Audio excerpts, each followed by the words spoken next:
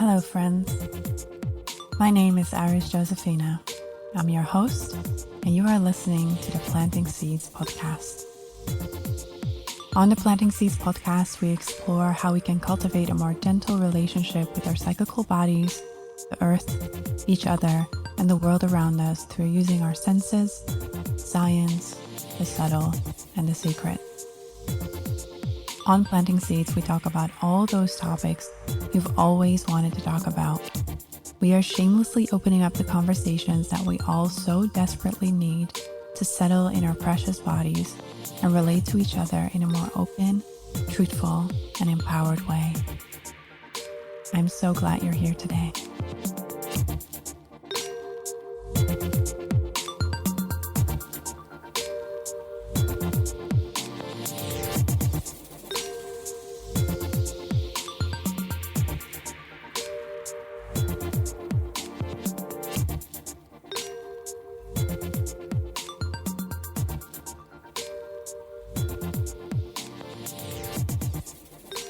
So welcome everybody to another episode of the Planting Seeds podcast. Today I have Juel McNeilly with me. Juel is a good friend of mine. We've met many years ago. I'm super excited that she's here with us. And Juel helps people to reconnect with their inner source of power and essence. With a deep belief in possibility, presence, and transformation, Juel combines modalities, practices, and healing traditions to help you reconnect, embody, and love what has always been inside of you, which is your raw truth, your magic, your energy, your exquisite sensuality, and your authentic voice. And she aims to guide you back to a path of unapologetic self-love, truth, and aliveness so that when life happens, as it does, you are grounded in you. Welcome, Juel, to the podcast. Thank you for having me. It's exciting being here. I'm happy that you're here. Yeah. So with the podcast, I always start with a question that I ask everybody. And that question is, how do you plant seeds in the world? And what is really important to you in your unique field of work? In my work, what I try to, expand out beyond myself and bring to this world is having people understand a deeper wisdom of their body and their being, like their fullness. So not just their head, their thoughts, their mind, what we so value nowadays, but really seeing with your body as well. Feeling with your body, descending into body. And once you're there, embracing what is and walking into the world from there, from that deeper guidance. And it brings me so much joy actually when people have a glimpse, let's say, or a sensation that has them dropping into that. And for me, those are the seeds. Once you have that awareness, that feeling, that it can only grow from there. Even if it doesn't grow exponentially or if it doesn't grow immediately, there's a practice that you can already build on, that seed can already start growing. So that's, let's say, the core, the root of what I try and bring to the world. I love that. And what came up within me is that when people know, you can't unknow. Once you've felt that awareness, there is no way to go back, at least for me. And with the work that I do and with the work that you've showed me. And I believe that's really the magic of it. Absolutely. There's a shift that happens within when we have that understanding. And there's still a lot of practice to come. Like there still could be beliefs that you have to overcome in letting go of the idea of all the obstacles you have to go through in order to re-feel that awareness again, that feeling again, those sensations again, to come back into body. And that comes through learning. But just as you say, you can't unknow it. Like you've been there, you know it's there. It's a remembrance, a deep remembrance of yourself, of your love, of your life. Yeah, I love that. And you just spoke of people coming back to their body. How have we, according to you, how have we come so far away from our body? Because you speak of coming back, like how do we get out Well, we get pulled. There's so much value nowadays in thinking about everything and opening our perspective about things and understanding as a head-based kind of way of understanding. And it's a great thing to understand your story or understand how things work or to be able to open your perspective and analyze, patterns that you have. But then we start moving away from this natural communication that happens within the body.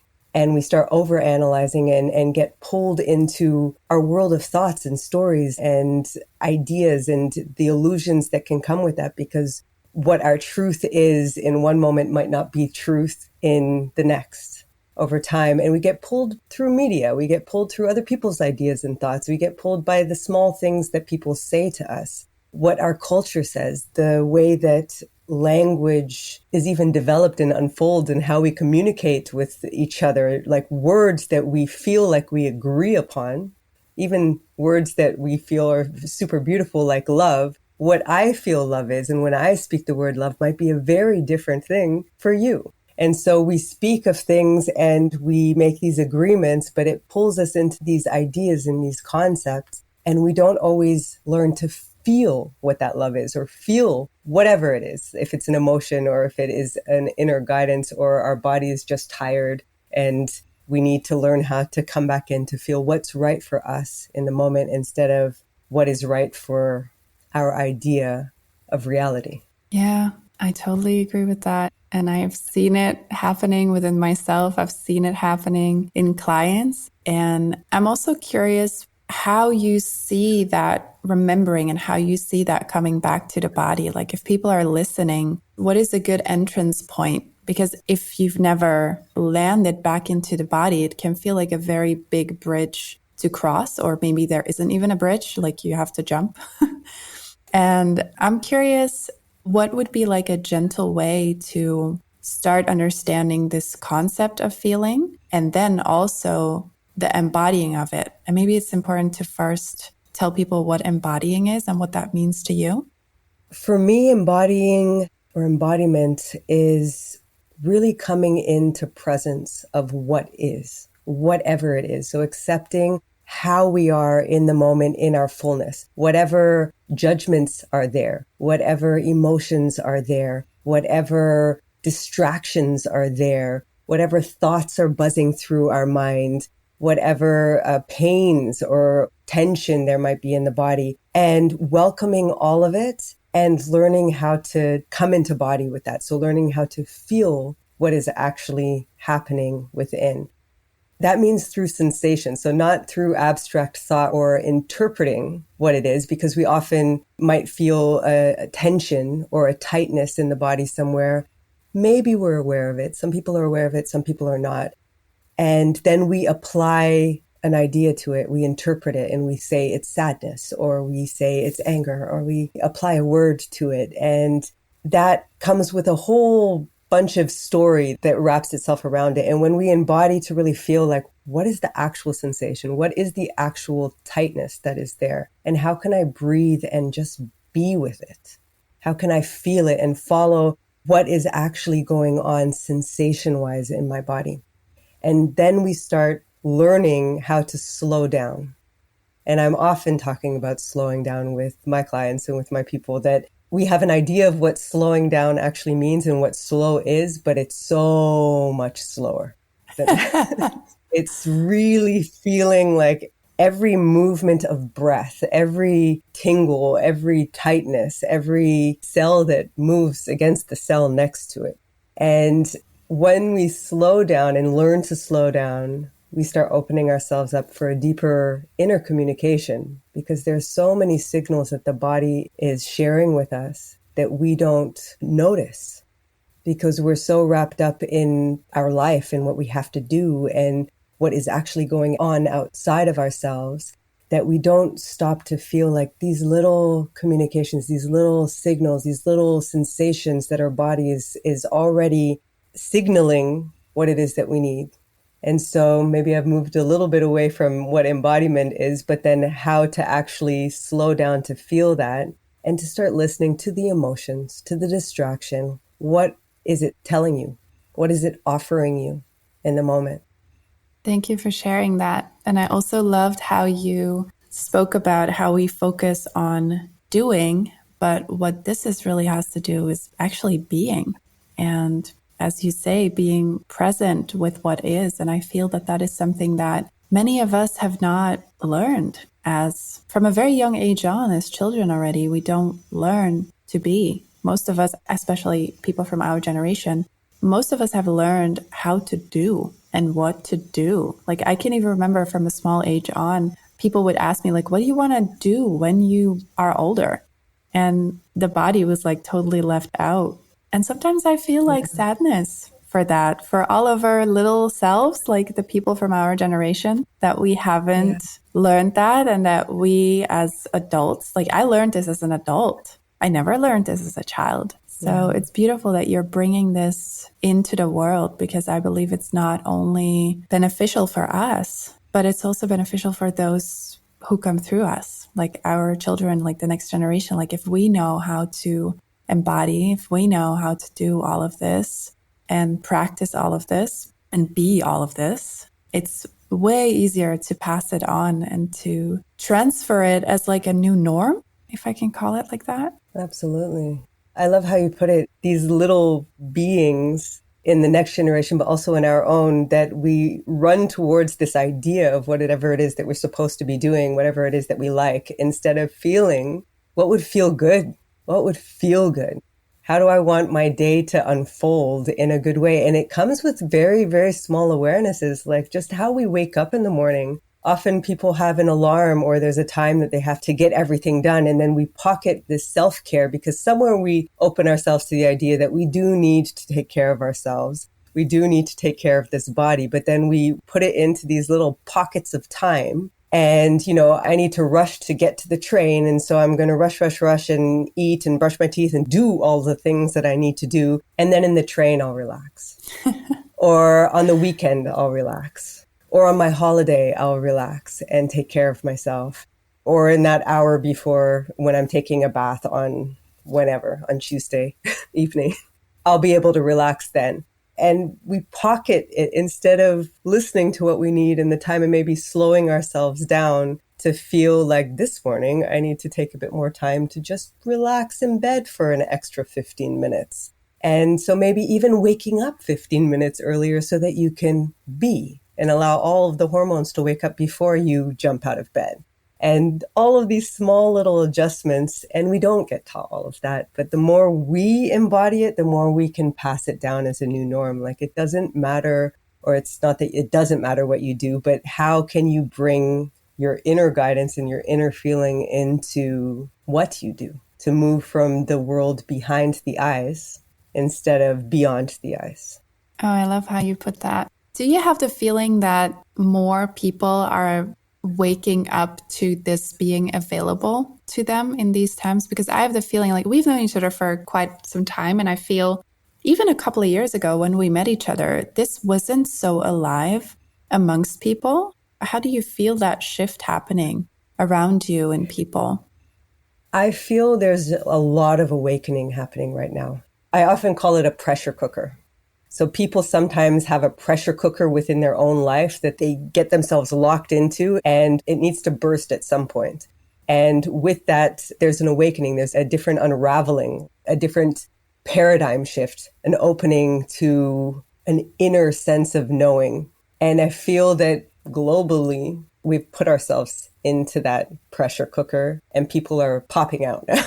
They're bouncing out of it, and sometimes willingly, sometimes with a lot of fear, sometimes as a total surprise. And it's a beautiful thing to observe, and it makes my heart sing. And what I want to share with that, like what I have noticed with that, because although it's amazing that it's happening, we are also very conditioned beings, and we're very habitual beings. And so we do things the way that we know how to do things, and we knew how to do all of that. And so we approach, like our self-care, we approach this awakening in that same kind of manner. And so we can become quite rigid in trying to lock ourselves, like making another pressure cooker of how am I going to organize like all of this awakening and all of this amazing stuff?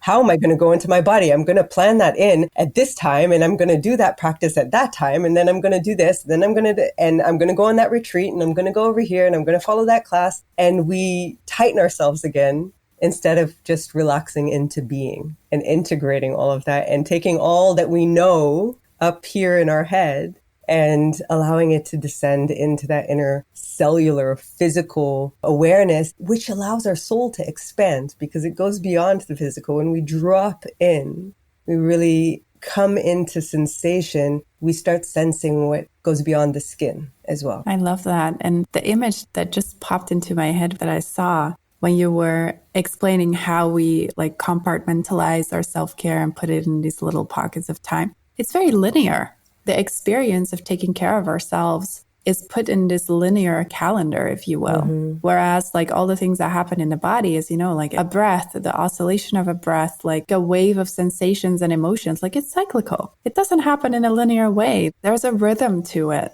if you will. There's an undulation. I often say that is like tune into your rhythm, your undulation of that moment and feel how it moves through you. And it is a practice to learn to come into that because there's so much pull to go like, oh my God, I'm feeling this huge wave of tingling energy and I'm not sitting in the right position. I've got to move and I've got to, how do I cultivate this wave of energy inside of me and have it do what it's supposed to do? And so then we move away from just experiencing it and just being with it. We're trying to cultivate it and manage it or control it somehow, even with the intention of trying to open ourselves more to it.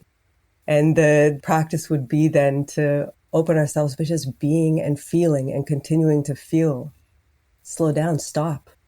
It's happening. It's already happening. So how can you experience what's happening and allow that experience to be what it is? And whatever, because we're constantly changing and we're constantly transforming and evolving every second, that we can never make an experience happen again because we are different. Ultimately, we're different, me and you, from the beginning of this conversation, from the beginning of our relationship. We're in constant evolution. And so with that, we can't make anything happen that we already know. Again, it'll be different and it'll be wonderful if we allow it to unfold and just be with what is.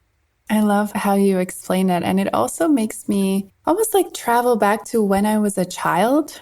Like when you're like this pure, innocent child discovering the world, like every single thing you notice, like it's different, it's new, it's exciting. Sometimes it's scary, sometimes it shocks you. And I feel that what you are explaining is very similar in a way to that experience that we all have known. It lives within us. We've all lived through that. And when you explain this, that's what I feel and see. Yeah. It's like how a child experiences the world. And I believe we still have that you have that little jewel inside of you. She's lived through all of it. I have this little iris inside of me that has lived through all of it. And it feels very comforting for me to look at it in that way. Do you ever explain it in this way or make that comparison? Absolutely. When I'm doing certain practices, just having people discover their hands for the first time and feeling, one finger brush against the finger next to it, feeling what that experience is, because how often do we just allow ourselves to feel that?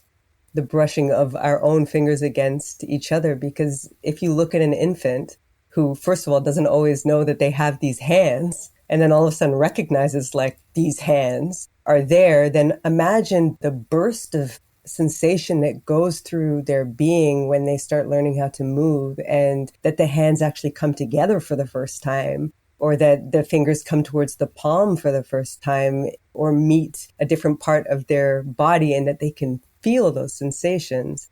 And that's why I call it a remembrance as well. Coming back to that huge life force that we are, that we enter into this world as, and taking all of that soul energy. For me, soul energy, our souls are so much vaster and huge, like bigger than the planet, and that we've got to come into this nucleus of a body and then learn how to be with this body and all that there is. And there are phases. Our body doesn't always allow us to experience all immediately as an infant. And so we gradually open to the world of sensations as we make more and more connections in our brain.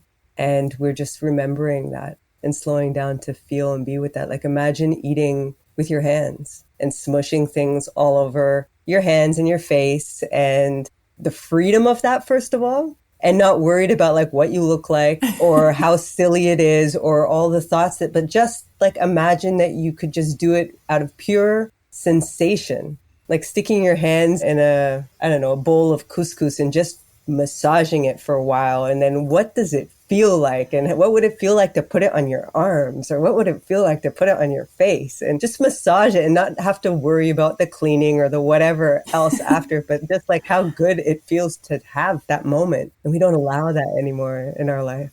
I love that. And it reminds me of, like, I have some friends with children, and there is one friend who has this bowl with these little jelly balls. I don't know what they're called, but you have to add water, and then overnight they become like these jelly balls. And I remember when I saw that for the first time, I could not stop. Yeah. I had to have my hand in there and feel the sensation of these silly jelly balls like running over my fingers. And it was somehow like, addictive is a big word, but I really couldn't stop because it felt so nice and I couldn't explain it. It was like really calming and really comforting. And I saw the children doing the same thing. And it's like, it's almost like a way to, I mean, not almost, it is. It's a way to regulate our bodies and know that we have this access to feeling and access of, it's, yes, soothing, maybe. How would you look at that? That it's a way to settle our being. Like, let's say it brings our attention and our awareness into our hand that's in that bowl, feeling and squishing and massaging. And it brings all of, let's say, the part of us that gets heightened into those fingers, in like all of the energy goes into that moment. It brings us into the here and now. And that's very settling, especially touch and sensations. And when it's a new sensation and you're just, like massaging into the moment, massaging yourself into the present moment, and it settles your being, it settles your nervous system, it settles that part of you that gets pulled outside of yourself.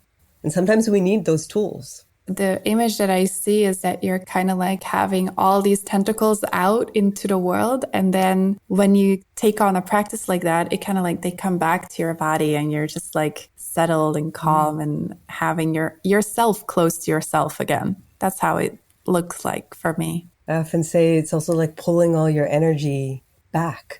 When we're stuck in a thought pattern or we're worried about like, oh, did I do something right? Or did I say the right thing? Or what that person said to me? And we have like these energy, kind of like tentacles that go out to those places, those locations. And it's our energy that is there. And so really pulling it all back. And the body is your best friend for that. Your body is the best way to come back into that. And sensations, if a bowl full of jelly balls or couscous or movement or touch brings you back, then they're all different practices to bring you back to you. It doesn't matter what works for me, might work differently in a different day for me. So it's like broadening this toolkit for yourself. And why not get your own jelly bowl for when you need it? I actually thought about that. To do that. Yeah. And even the thought of it is already super calming because I have the remembering of how it feels. And I may get myself jelly balls soon. And I'm also curious because it's a remembrance, but we've all had like a different history. So I can also imagine that the tools that we need, like you just said, are not the same for everybody. But I'm just curious, how would you guide people to find out what their tools are?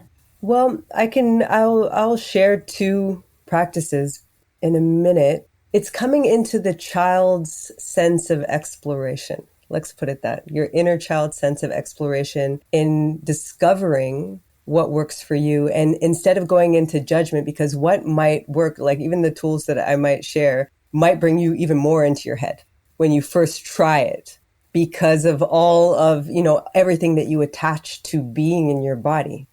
And what I would say is, as you're discovering, like sometimes I have people write down a list or bring a piece of paper around with them that they can make this list of, just notice the small things that you do throughout the day that bring you energy, and not these huge things that we do for ourselves. So not like I booked a vacation of 3 weeks and like, yay. But, I walked outside, and although it's a stormy day, for a moment, I felt this like cool breeze on my face, or this wind on my face. And I closed my eyes, and like I could feel like all this energy rushing through me. And then I remembered it's, like I've got to go on my bike and it's cold and I'm going to get wet and I don't like all of that. But that moment of cool breeze on your face that might bring you back to a childhood memory, or it might bring you back to whatever it is that gives you that energy.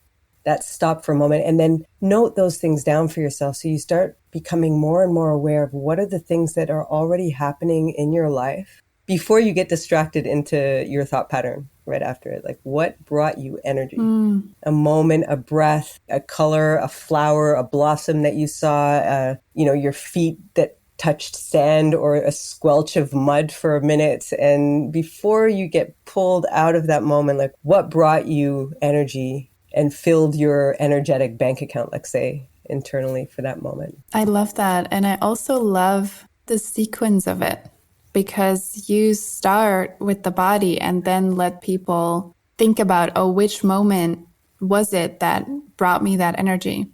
Whereas how we do it, how we're taught to do it, is like, okay, sit down and think about what would bring you energy. Like, and then you go do a yoga class, or you go do a meditation, or you go do, you go outside. But this is the other way around, which I really love, because it has already affirmed that it gives you energy. You don't have to go and try it to see what happens. So I really love that way of relating to this experience. Because it's happening all the time. We just get caught up in whatever our mind patterns are. So we don't remember that moment of the cool breeze on our face. We remember that it was a stormy day and I got wet. And we remember like these generalized moments that kind of like squeeze out these little energy moments that we could fulfill for ourselves in different ways. And when we become more and more aware and we slow down to understanding those little moments, we can add more of them into our life. Yes. And when we stay present with what happens within it, because it can bring an emotion, it can bring, all different kinds of things can start emerging inside of us. And how do we go through it? And it brings me to like one of the practices I want to share here, but also that I have almost everybody in my life doing, is shaking. So really shaking your body. We did that together. Yes, we did.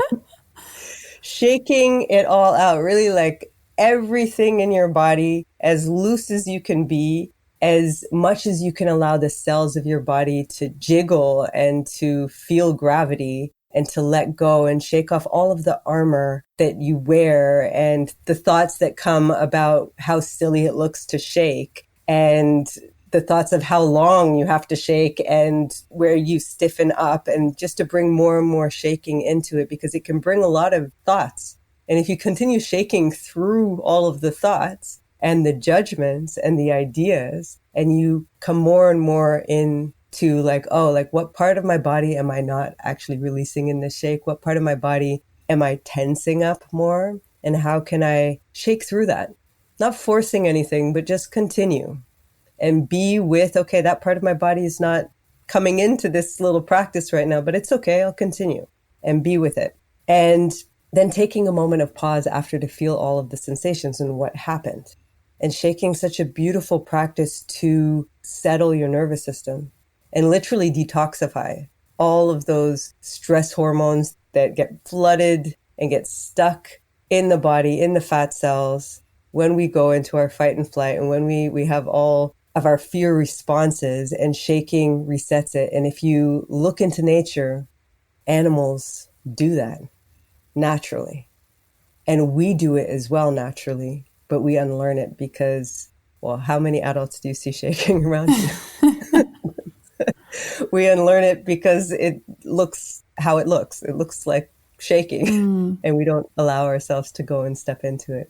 I must say that I do experience it in a small way, in the form of like a very big like goosebump chill. Like when something was either really nice or really gnarly, I will have this like this natural shake that I can't control. It's a small one, obviously. It's not a big shake, but it's like a small one. And as soon as I started to notice like the moments in which my body does that, I started to realize like, oh, this actually recalibrates me. Like it brings stillness in my mind, and it also brings me ease and rootedness in my body. And it's something that my body has been doing all my life. But when it happened when I was younger, I would stop it.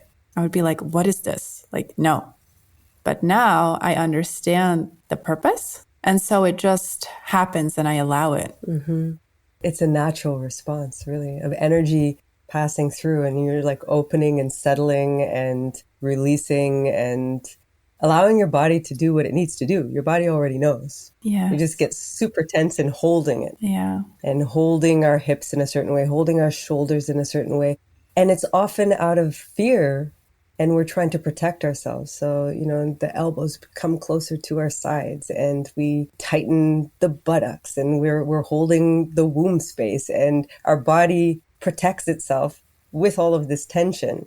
And the more we allow the body to just do what it needs to do and become aware that we can also be with those fears and be with the emotions and find our safety in the being with ourselves, then we open and the body softens more and more and more. Yeah, thank you for sharing that. So you share the shaking is one big important practice. I'm curious about the other one that you wanted to share with us. The other one is my all-time favorite. It's at least doing one dance a day, dancing. Mm-hmm. And it is not about choreographies or doing anything right, or if nothing is wrong about it. Putting on whatever your song, whatever your jam is of the day, of the week, of the year, and allowing your body to move. Closing your eyes and feeling how the body wants to respond to music.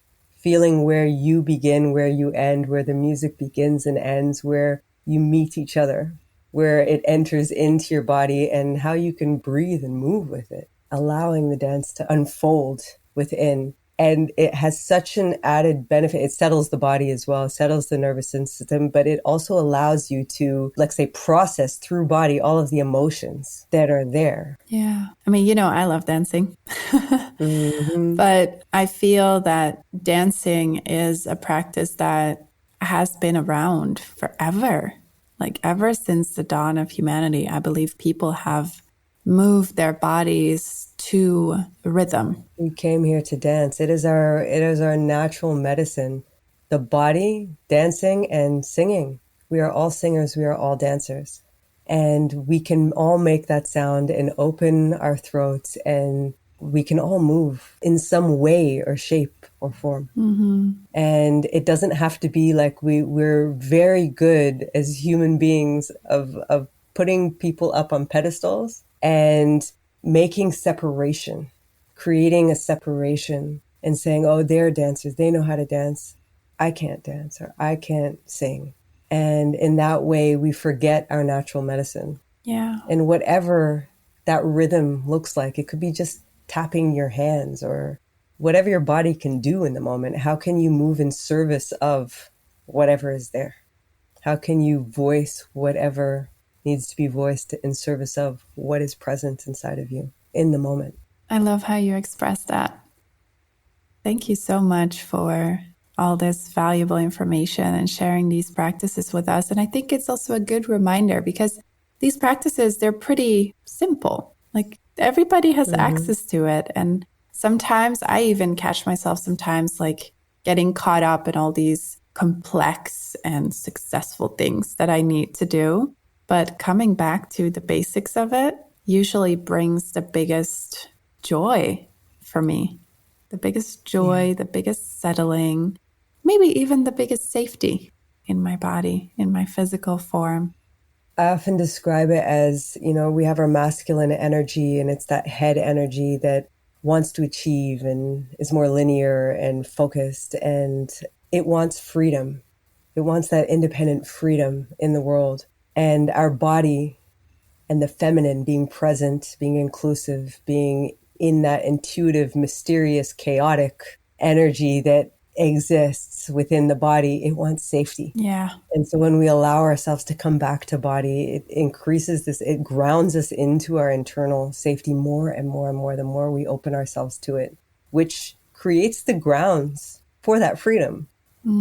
I love that. Thank you so much for sharing all of this with us. Yeah. I feel this is a very beautiful note to end on, but I do want to ask you, is there anything else that you would like people to know? Any practice, any wisdom that you want to share with people?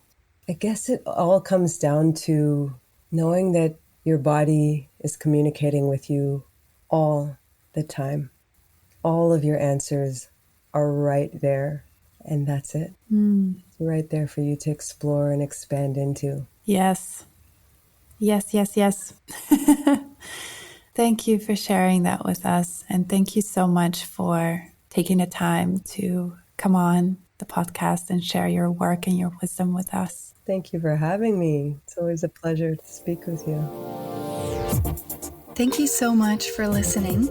If you enjoyed this episode and you'd like to help support the podcast, please, please, please share it with others, with your friends, with your family, post about it on social media, or leave a rating or a review on all the platforms.